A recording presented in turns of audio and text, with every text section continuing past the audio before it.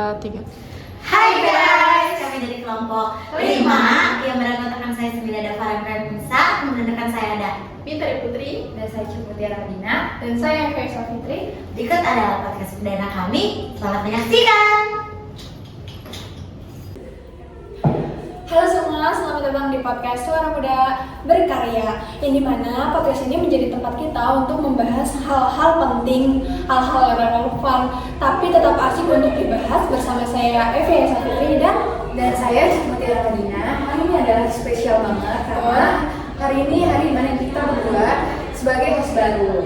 Nah, sebenarnya kita lumayan deg-degan banget sih ya, tapi di sini kita berdua siap nemenin kalian dengan obrolan yang pastinya seru dan bermanfaat banget.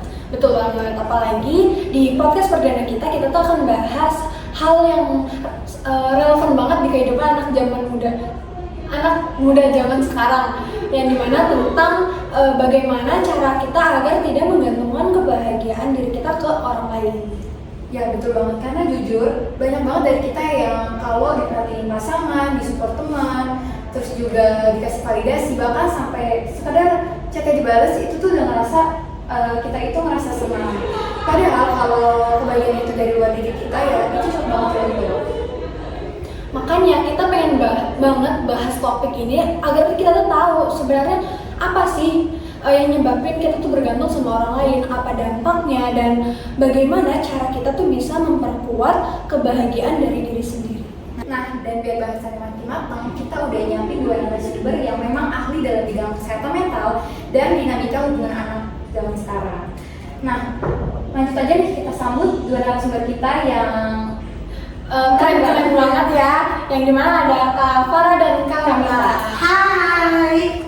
Halo Kak, apa kabar? Hai, baik banget. Terima kasih banget udah mau datang di podcast perdana kita. Hari ini kita ngobrol santai aja ya, tapi tetap dalam konteks yang bermanfaat untuk anak muda zaman sekarang. Nah, sebelum kita terlalu jauh pembahasannya, mungkin yang pertama boleh saya ajukan pertanyaan. Kalian bisa nggak sih ngejelasin dulu sebenarnya apa sih menggantungkan kebahagiaan kepada orang lain? Kayak apa bedanya butuh orang lain versi bergantung secara emosional, dan apa indikator paling umum bahwa seseorang itu sudah terjebak di situasi yang seperti itu? Mungkin kita bisa mulai dari Kak Farah. Oke, kalau menurut aku ya, tadi kata kakaknya itu bedanya bantuan sama menggantungkan itu, kalau menurut aku beda ya. Karena kalau misalnya kita butuh bantuan tuh, kita tuh bisa ke semua orang atau bisa yang gak dikenal. Contoh, kita lagi di tempat umum, itu kita membantu, kita minta tolong ke orang yang misalnya ada satpam, kita nanya, itu kan salah satu membutuhkan orang juga ya.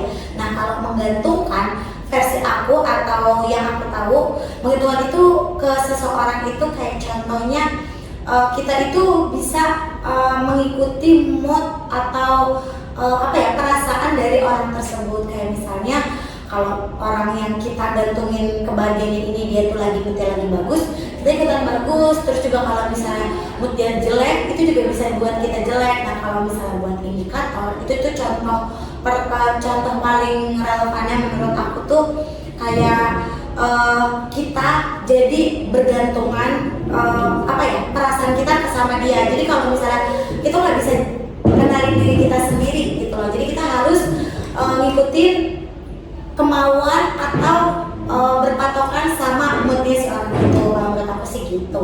Nah, kalau Kak Farah ngerasa nih, Kak Farah ini termasuk orang yang menggantungkan kebahagiaan sama orang lain atau enggak sih? Kalau aku sendiri sebetulnya enggak ya, tapi ada satu momen atau satu titik yang misalnya aku kayak yang gak kenal diri aku sendiri tuh, aku tuh kayak sangat amat menggantungkan kebahagiaan ini kepada orang lain sih. Jadi ada beberapa masanya aku ngegantungin diri aku ke orang lain, kebahagiaan aku ke orang lain. Tapi untuk sejauh ini aku aman aja. Untuk diri aku sendiri tuh aku bisa bahagia sendiri gitu loh. Baik, makasih banget ya Kak jawabannya. Dan mungkin kita bisa ngelihat pandangan dari Kamita nih yang sekarang. Gimana pendapatnya Kak? Kalau pandangan dari aku sih, ya pokoknya kalau menggantungkan kebahagiaan orang lain itu ya pada intinya kebahagiaan itu bukan di diri kita, tapi di diri orang lain. Nah, apa yang udah Farah jelasin itu benar-benar relate ya, benar banget. Karena indikator yang benar-benar menyesuaikan ketergantungan itu tuh adalah si diri kita itu benar-benar menyesuaikan si kondisi orang tersebut gitu. Jadi kalau misal yang memang orang tersebut lagi sedih, terus kita yang bergantung sama dia, kita akan jatuh ke lubang yang sama. Jadi benar-benar akan merasakan kesedihan itu juga. Jadi ya, apa yang Farah bilang itu, jadi pandangannya sama sih. Oke, menarik banget sih ya, karena fenomena ini tuh udah biasa di kalangan remaja dan itu juga tanpa kita sadari itu udah terjadi ya. Nah, kayak kita tuh ngerasa diri kita itu worth it nih. Padahal itu tuh kalau kita diakuin orang lain atau dapat perhatian dari orang lain. Nah, kira-kira kenapa ya anak muda zaman sekarang gampang banget butuh validasi, kayak misalnya harus dapat balasan cepet atau ngerasa sedih kalau kita nggak di-notice. Nah, menurut kakak nih, media sosial itu berpengaruh besar nggak sih buat anak-anak zaman sekarang ini? Kalau menurut aku sih sangat-sangat berpengaruh besar ya. Apalagi di media sosial itu kan orang-orang pasti maunya bukan sisi terbaiknya. Dari situ orang yang merasa dirinya itu kurang, dia jadi membandingkan dirinya dengan orang itu gitu. Jadi dia ngerasa nggak percaya diri atas apa yang udah dia miliki. Contohnya mungkin kayak ini kan konteksnya kita bergantung ya sama orang lain. Nah, jadi kayak misal nih kita punya pasangan. Nah, terus kita upload nih foto kita yang biasanya mungkin dia like, ini dia nggak like, jadi ngerasa gue kurang apa gitu. Tapi ketika dia melihat postingan orang lain, nah terus pasangan itu nge-like postingan itu, pasti kan jadi kepikiran, kok dia nge-like postingan mungkin dia temannya atau gimana gitu ya. Terus kayak, kok dia nge-like foto temen saya ya, tapi foto saya nggak di-like. Nah, jadi dia akan membandingkan diri dia dengan si temannya itu. Nah, makanya itu kenapa media sosial itu sangat berpengaruh seperti itu. Nah, terus banyak banget pastinya orang yang butuh validasi untuk meyakinkan dirinya bahwa dirinya itu ya cukup baik, enggak ya maksudnya kayak merasa kalau dirinya itu enggak kurang gitu. Sebenarnya untuk validasi itu sih gimana ya, lebih ke kalau dia tahu batasannya mungkin harus tahu batasannya sih. Kalau misal terlalu berlebihan itu nggak baik juga gitu, karena bagaimanapun kita harus bisa meyakini diri kita sendiri bahwa kita itu apa ya, orang yang pasti punya kelebihan bukan kekurangan. Maksudnya emang orang-orang tuh punya kekurangan, tapi kita harus yakin sama diri kita kalau diri kita tuh punya kelebihan. Oke, benar banget. Berarti dari kesimpulan yang tadi kita jelaskan, berarti masih banyak banget ya anak muda yang sekarang yang akhirnya tuh mereka mudah cemas karena mereka merasa mereka nggak dapat perhatian dari orang yang mereka harapkan ya. Dan kalau menurut Kak Farah nih, kita belum tahu nih jawaban Kak Farah gimana nih. Kalau menurut aku ya, dari pernyataan yang tadi tuh nggak cuma anak muda ya menurut aku, karena orang tua pun butuh validasi itu. Aku contohin kayak orang tua aku aja ya, karena orang tua aku bisa dibilangnya baru kenal teknologi. Nah, jadi kayak hal-hal kecil yang dibuat sama orang tua aku itu kayak kalau kita anak muda kayak alay banget gitu kan, kayak apaan sih Nora gitu. Tapi kalau aku nanya dari sudut pandang orang tua aku tuh, mereka kayak ngerasa dihargain gitu loh, kayak tadi dibilang sama Mita kan, kalau misalnya kalau dari pasangan ngelihat ada yang kita dihargain itu tuh kayak berasa dianggap. Nah, aku ceritain sedikit. Jadi orang tuaku, bapakku itu dia tuh sedikit bikin kata-kata yang quotes lah ya buat ke mamaku. Nah, reaksi mamaku tuh kayak yang bener-bener kayak happy, seneng banget, sampai dia tuh ngomong ke aku, ngomong gini, Bapak bikin status ini, Mama kayak seneng banget deh gitu loh. Padahal menurut aku itu tuh hal yang kayak simple, tapi di situ tuh posisi mamaku yang merasa dihargain banget. Nah, apalagi bapakku tuh tipe orang yang kalau ketemuan gini langsung tatap muka tuh dia tuh cuek banget, cuek parah. Tapi bisa-bisanya dia bikin kalimat yang romantis lah ya ke ke mama aku ini. Nah, itu tuh salah satu hal yang mungkin mama aku juga menggantungkan kebahagiaan itu kepada orang lain. Tapi menurut aku wajar aja, karena kan apalagi mereka pasangan ya. Jadi suami istri. Jadi itu sangat amat menurut aku itu penting banget ya. Iya, karena kayak apalagi suami istri kan. Jadi kayak mereka iya betul. Jadi kayak sangat amat mengajarin kalau untuk konteks mereka berdua gitu, kalau menggantungkannya ke mama sama bapakku. Oke, menarik banget. Dan kalau kita nih ngomongin tanda-tanda, sebenarnya apa sih ciri-ciri kalau kita tuh udah terlalu nempel atau kita tuh udah terlalu bergantung secara emosional, apalagi sama orang yang kayak misalnya sama pasangan, teman atau gebetan yang kayaknya tuh kita jadi ngerasa, aduh kayaknya kalau kita nggak sama dia kita nggak akan bahagia deh gitu. Gimana nih pendapatnya?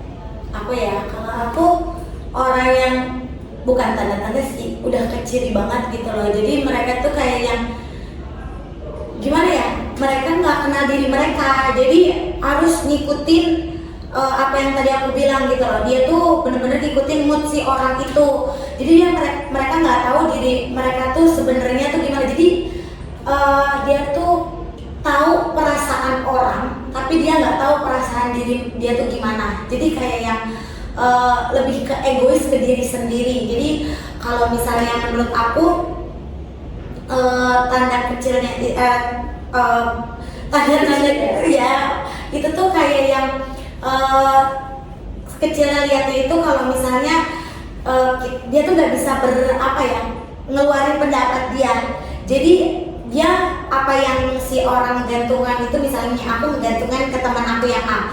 Nah, padahal aku tuh pengennya atau kebagian aku tuh pengennya main di tempat yang kayak alam segala macam. Tapi gara-gara ngikutin orang ini nggak mood, dia tuh jadi pengennya cuma di rumah aja. Jadi kita tuh yang tadinya niat untuk pergi, tapi malah temen aku ini yang A nggak mood, jadi kita harus ngikutin dia gitu sih. Jadi itu udah parah banget ngikutin. Nah, aku tuh orang yang tadi aku sebutin itu, dia tuh orang yang udah ngegantungin kebahagiaan itu ke orang lain itu udah terlalu jauh banget sih, sampai nggak kenal diri dia. Kayak lu nggak bisa ngomongin apa kemauan diri lu sendiri gitu sih kasarnya. Kalau menurut Kamita gimana nih? Kalau menurut aku ya, sebenarnya mungkin aku lebih banyak pengalaman di pasangan ya. Kalau untuk bergantung pada pasangan, udah bergantung emosionalnya, ya secara pengalaman aku tuh bener-bener udah ngasih bahasanya ya, aku udah ngasih seluruh hidup aku untuk pasangan aku kayak gitu. Jadi kalau semisal aku ngerasa dia sibuk sedikit aja, itu aku ngerasa aduh dunia aku tuh rasanya mau runtuh aja gitu, bener-bener sepi banget. Itu tuh udah termasuk bergantung emosional. Apalagi kayak merasa, bahkan kalau misalkan kita lagi ngobrol, dia sibuk aja, itu tuh udah buat aku kayak sedih gitu, udah buat kayak kok gue dicuekin sih, padahal kita nggak tahu dia tuh mungkin nyuekin kita karena lagi apa, mungkin dia lagi ngurusin pekerjaannya, kayak lagi ada keperluan gitu. Kalau kita udah bergantung sama dia, jadi kita nggak memikirkan si perasaan si pasangan kita itu. Jadi benar kita tuh terlalu itu kayak apa tadi, egois gitu. Nah jadi kita tuh benar-benar udah buat kehidupan atau dunia kita tuh benar-benar udah benar di tangan orang itu gitu. Oke, pandangan dari Kamita dan Kak Farah ini sebenarnya hampir-hampir mirip ya, tapi mungkin beda perspektif aja. Kamita dari pasangan, kalau Kak Farah sendiri itu dari keluarga, dari keluarga dan teman ya. Nah, hal seperti itu tuh sebenarnya kadang kita ngerasa itu tuh biasa aja ya, padahal itu nggak baik juga buat kesehatan kita, apalagi kalau terlalu ekstrim. Nah, menurut kakak gimana sih cara anak zaman sekarang itu ngebangun merasa cukup pada diri sendiri, supaya mereka itu tuh nggak bergantung sama orang lain dan nggak harus dapat pengakuan dari orang lain supaya mereka itu merasa berharga gitu. Menurut pandangan Kakak Farah ini gimana nih? Berarti itu kayak jatuhnya tuh supaya gimana caranya supaya kita tuh nggak ngegantungin itu ke orang lain gitu ya. Kalau menurut aku sih ya, kalau supaya diri kita itu nggak ngegantungin ke orang lain, aku belajar dari diri aku sendiri. Kenapa? Karena kalau misalnya kita ngegantungin ke orang lain, pasti kan kita harus berpatokan sama orang tersebut. Nah, jadi kalau misalnya dari aku sendiri itu tuh kita buat kalau diri kita itu mampu, kita itu bisa, jadi apapun tuh bisa gitu loh. Jadi walaupun kita ini makhluk sosial ya, yang apa-apa harus membutuhkan orang lain, tapi ada kalanya kalau memang kita bisa dilakuin sendiri, ngelakuin sendiri, kayak kita tuh misalnya dengan cara kita sendiri nih bahagia kita tuh misalnya main keluar. Nah, ya udah main aja keluar. Jadi kita nggak harus nunggu kayak lu bisa nggak main sekarang, gue bosen deh gitu kan. Kalau kayak gitu kita berarti berharap ke orang itu supaya bisa main sama kita kan. Nah, jangan. Kalau misalnya kita bisa sendiri, itu kan cuma sekedar main ya, kita bisa sendiri, jadi kita ini sendiri aja gitu loh. Itu kayak hal kecilnya. Tapi kalau misalnya di mana posisi kamu yang sangat membutuhkan atau apa ya, pengen orang tersebut, intinya kamu coba dulu. Kalau misalnya orang itu nggak bisa, kamu jangan ikutan nggak bisa. Tapi ya udah, yang penting kamu udah ngomong ke orang ini kalau mereka nggak mau nemenin atau nggak bisa untuk nemenin, setidaknya kita udah tahu jawabannya, kita bisa sendiri. Itu aja sih. Menurut Kakak Rita gimana? Apakah sama dengan pandangan Kak Farah atau mungkin beda? Sebenarnya sama, karena pada intinya menumbuhkan rasa cukup itu ya dari dalam diri, bukan dari luar diri. Jadi kita benar harus kenalin diri kita sendiri dulu nih, jangan malah lebih mengerti soal orang lain. Nah, itu kan soal ngerasa cukup nih sama diri sendiri. Kalau gimana kalau misalkan anak muda ini harus dapat pengakuan supaya dirinya itu masih berharga nih sama orang lain. Nah, itu tuh gimana cara anak muda itu nggak bergantung yang namanya kayak harus dapat pengakuan dulu gitu. Gimana nih menurut Kak Mita? Apa itu aja ya? Kalau pengakuan itu sebenarnya kayak yang tadi ini ya, validasi itu. Nah validasi itu kayak salah satu kan, validasi itu kata lain dari pengakuan ya. Kalau misalnya orang yang terlalu over terhadap kayak aku butuh banget validasi gitu, kayak yang sebenarnya gak bagus juga ya. Karena kita tuh kalau misalnya mau ngerasa dianggap atau enggak, itu tuh balik lagi ke orang lain nilai kita gimana. Kayak nggak ada harus kayak misalnya gue dianggap sebagai teman gitu loh, bukan gitu juga sih. Maksud kayak yang ya udah biasa aja. Kalau aku sendiri ini nerapinnya sikap yang bodo amat. Kalau misalnya dia emang ngakuin gua, ya gua ngakuin dia. Kalau misalnya dia ngakuin gua, ya udah gua ngakuin juga gitu loh. Intinya kayak mirroring treatment lah kalau bahasa sekarangnya gitu. Jadi kita cuek aja gitu Iya. sama orang gitu, mau orang itu nganggap kita atau enggak. Jadi kita fokus aja sama diri kita, betul nggak? Kayak yang ya udah ngapain sih harus berekspektasi lebih sama orang itu, kayak udah itu nyakitin juga sih sebetulnya. Ada pertanyaan lain dari Kak Evi? Oke, jadi berarti dari jawaban Kak Mita dan Kak Farah, berarti penting banget untuk kita bisa ngerasa cukup sama diri kita sendiri. Karena dengan kita ngerasa cukup sama diri kita sendiri, kehidupan kita tuh akan jauh lebih stabil secara emosional. Kita juga jadi nggak gampang goyah cuma gara-gara kurang perhatian, kurang validasi. Intinya fondasi diri ketika kita bisa punya rasa cukup tuh jadi lebih kuat kita. Nah, dan sekarang kan banyak banget nih Kak, anak-anak muda yang mudah banget overthinking gara-gara mereka ngelihat kehidupan mereka sama orang lain lewat media sosial, yang dimana ngebuat mereka mikir kayak kok hidup mereka enak ya, kok orang itu mudah banget ya jadi orang sukses, terus juga kayak kok mereka bisa ya punya pasangan yang ideal. Nah, menurut kakak gimana sih caranya untuk kita bisa menanamkan batasan yang sehat di diri kita supaya kita tuh nggak menjadikan media sosial itu sebagai penentu kebahagiaan di diri kita? Oke, kalau menurut aku sih gak apa-apa ya, gak apa-apa orang itu ngeinin ke media sosial. Karena kenapa?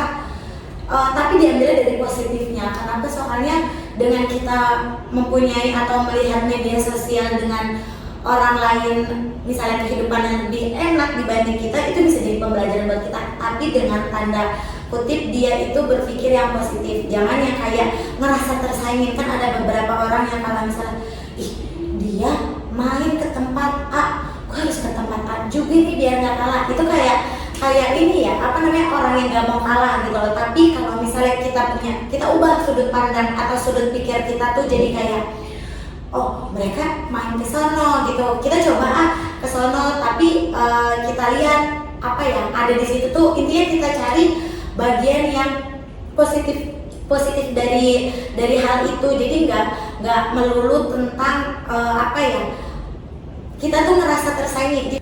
Nah kak, sekarang kan banyak banget nih anak muda yang gampang banget overthinking gara-gara mereka ini ngelihat kehidupan realita mereka sama kehidupan sosial media, yang dimana ngebuat mereka mikir kayak, kok orang itu sukses ya, kok orang itu bisa bahagia ya, uangnya banyak ya, dan kok bisa orang itu punya pasangan yang ideal gitu. Nah, menurut kakak-kakak, gimana sih caranya agar kita tuh tetap punya batasan yang sehat di diri kita supaya kita tuh nggak menjadikan media sosial ini sebagai penentu kebahagiaan? Oke, kalau misalnya naruh kebahagiaan bukan naruh kebahagiaan sih, kita berpatokan sama media sosial itu sebenarnya ada poin plus dan negatifnya juga. Kalau misalnya kita lihat dari negatifnya, kayak pencapaian orang lah ya, kayak ada di diri kita tuh pasti ada kayak ngerasa, ih gue kalah deh sama dia kayak yang lebih keren, lebih hebat, dia lebih pinter, public speaking bagus, segala macam gitu kan. Tapi kayak ada titik terendah kita di bagian situ. Tapi dengan positifnya kita ambil, kita lihat di bagian orang ini hebat, itu kita tuh bisa merubah pikiran kita dengan cara merubah kalau misalnya gue bisa nih kayak dia, gue bisa juga kayak gini. Tapi nggak semua orang standar keberhasilannya itu sama. Jadi kalau misalnya kita di A, mungkin dia itu di B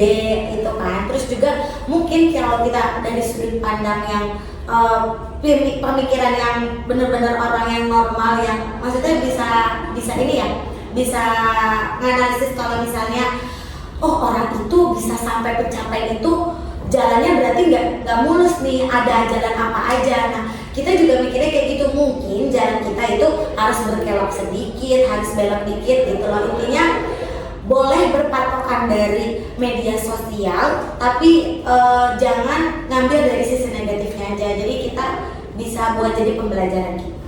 Gitu. Jadi kita harus tahu ya bahwa perjalanan hidup orang tuh emang beda-beda Ya, nggak sama. Apa yang kita lihat di media sosial itu cuman Sedikit ya sih, nggak sesuai sama yang aslinya. Kayak emang ada apa ya orang yang nge-up atau bikin di sosial media itu yang jeleknya nggak mungkin gak sih? Pasti yang bagus-bagus aja. Setuju banget sih Kak, apalagi kan soalnya kalau kita keseringan membandingkan diri kita, nah kita tuh lupa bahwa setiap orang itu punya perjalanannya masing-masing. Nah Kak, ini topik yang paling sering banget muncul nih sama anak muda zaman sekarang.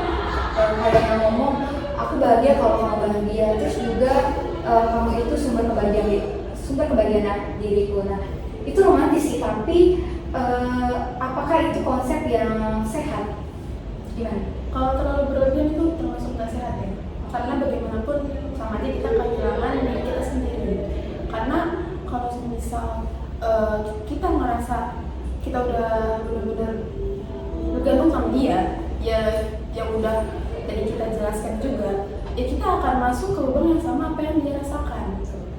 Kita nggak akan bisa mendapatkan kebahagiaan dengan apa yang seharusnya bisa kita lakuin sendiri. Jadi kalau menurut pribadi saya ya itu termasuk hal yang nggak sehat, karena bagaimanapun kita harus bisa cari cara untuk bahagiain diri sendiri, harus berawal dari sendiri, bukan dari orang lain. Iya, itu juga termasuknya hiperbola nggak sih, kayak bahagia gue sama aja bahagia lu, kayak yang terlalu apa ya, berlebihan gitu loh. Jadi kayak yang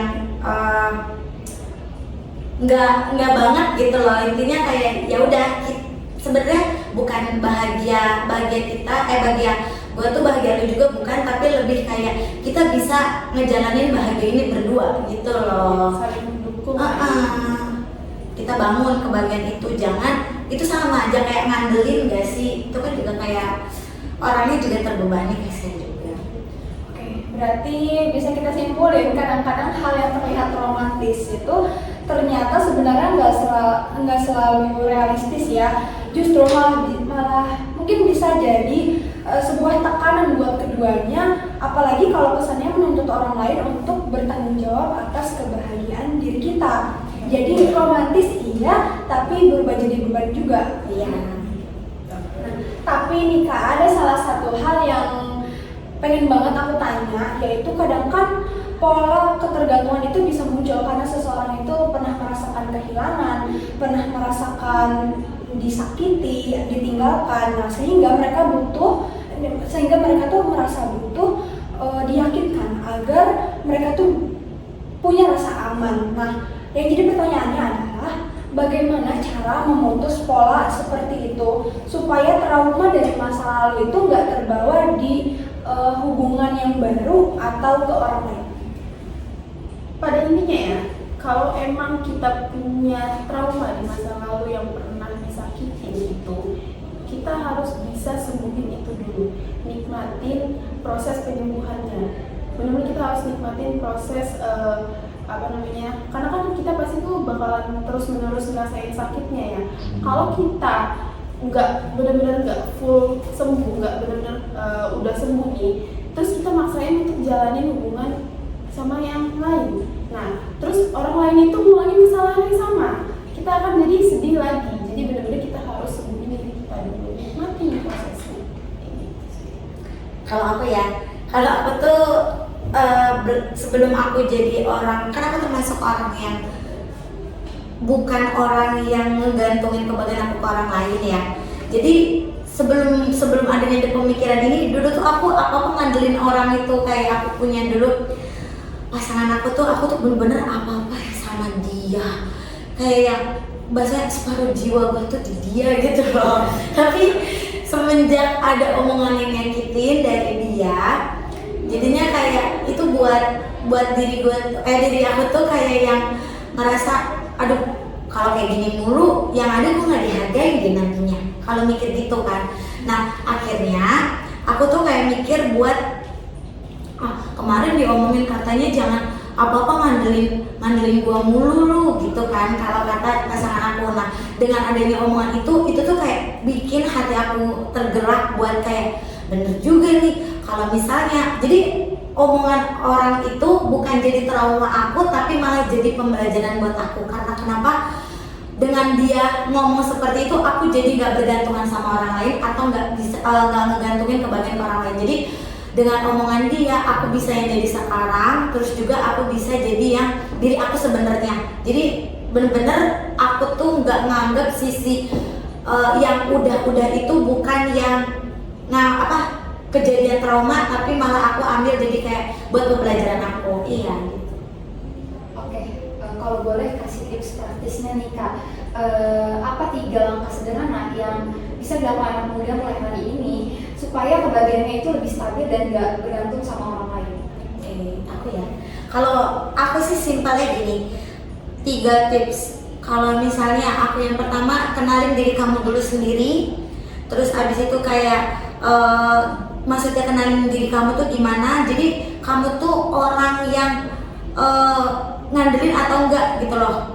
Karena sebenarnya bukan dari diri kita ngerasa ya. Mungkin ada beberapa orang yang ngomong kalau misalnya kita juga ngerasa tuh kayak misalnya kita tuh apa-apa harus sama orang ini, kan pasti ada yang gitu.